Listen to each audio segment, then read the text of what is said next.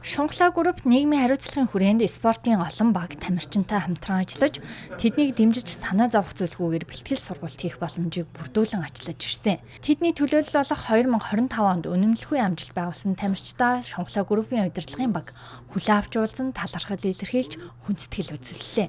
Шунхлаа группын тамирчдын амжилтыг товч дурдвал Монгол Улсын Арслан Орхонбаяр ерөнхийлөгчийн цомын барилдаанд 2 дахь удаага төрүүлсэн.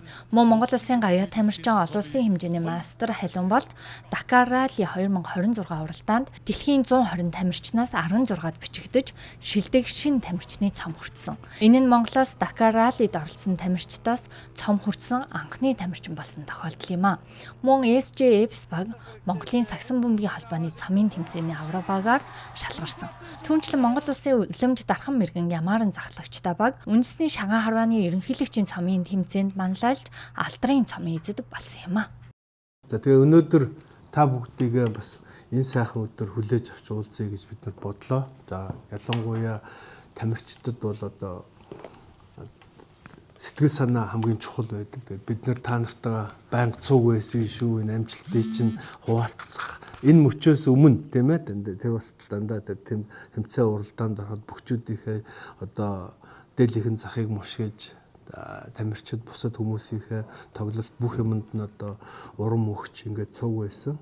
Тэгээд бидний хувьд спортын маш их одоо өндөр юм амжилтыг үзүүлсэн. Ийм сайхан жил өнгөрч ийм сайхан жил гарч байна.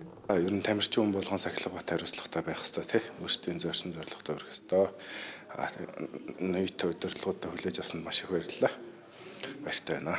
За энэ удаагийн Dakar Rally 2026 уралдаанд Dakar Шунхлаа групп Шунхлаа компаниас маань энэ уралдаанд уралдах боломжийг олгож спонсорлож ерөнхий спонсор орсон маш их баяртай. Тэгээд үнэхээр энэ уралдаанд уралдахаас арын албандаа санаа зовхгүй сайхан үцэглэл хэрэгэндээ санаа зовхгүй том багтэрэгт зуралцсандаа маш их баяртайгаа компанийнхаа тусламжтайгаар энэ жил бол улирлын тоглолтуудаа 3 дугаар байранд явж байгаа.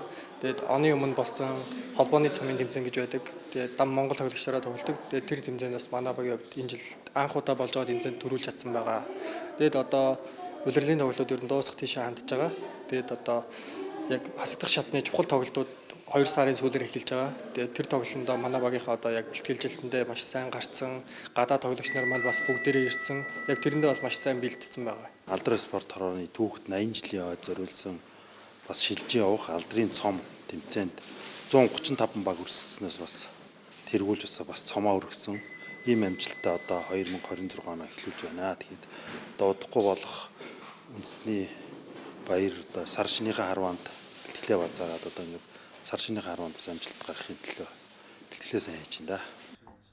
Шунхлаа групп нийгмийн хариуцлагын хүрээнд спортын олон баг тамирчдтай хамтран ажиллаж дэмжиж ирсэн. Мөн харьяа компаниудын хөрөнгө оруулалтаар мянган хүний судалтай спорт зал барихаар болсон гэдгийг Шунхлаа группийн удирдлагууд энэ үеэр онцлсон. Мөн тамирчдыг ёс зүй хариуцлагатай байх хэрэгтэй гэдгийг ч сануулж байсан юм а. Хичээл зүтгэл Сахилга бат ялалтаараа Монгол төмнийхөө урам зориг бахархал болж буй тамирчдтай амжилт хүсье.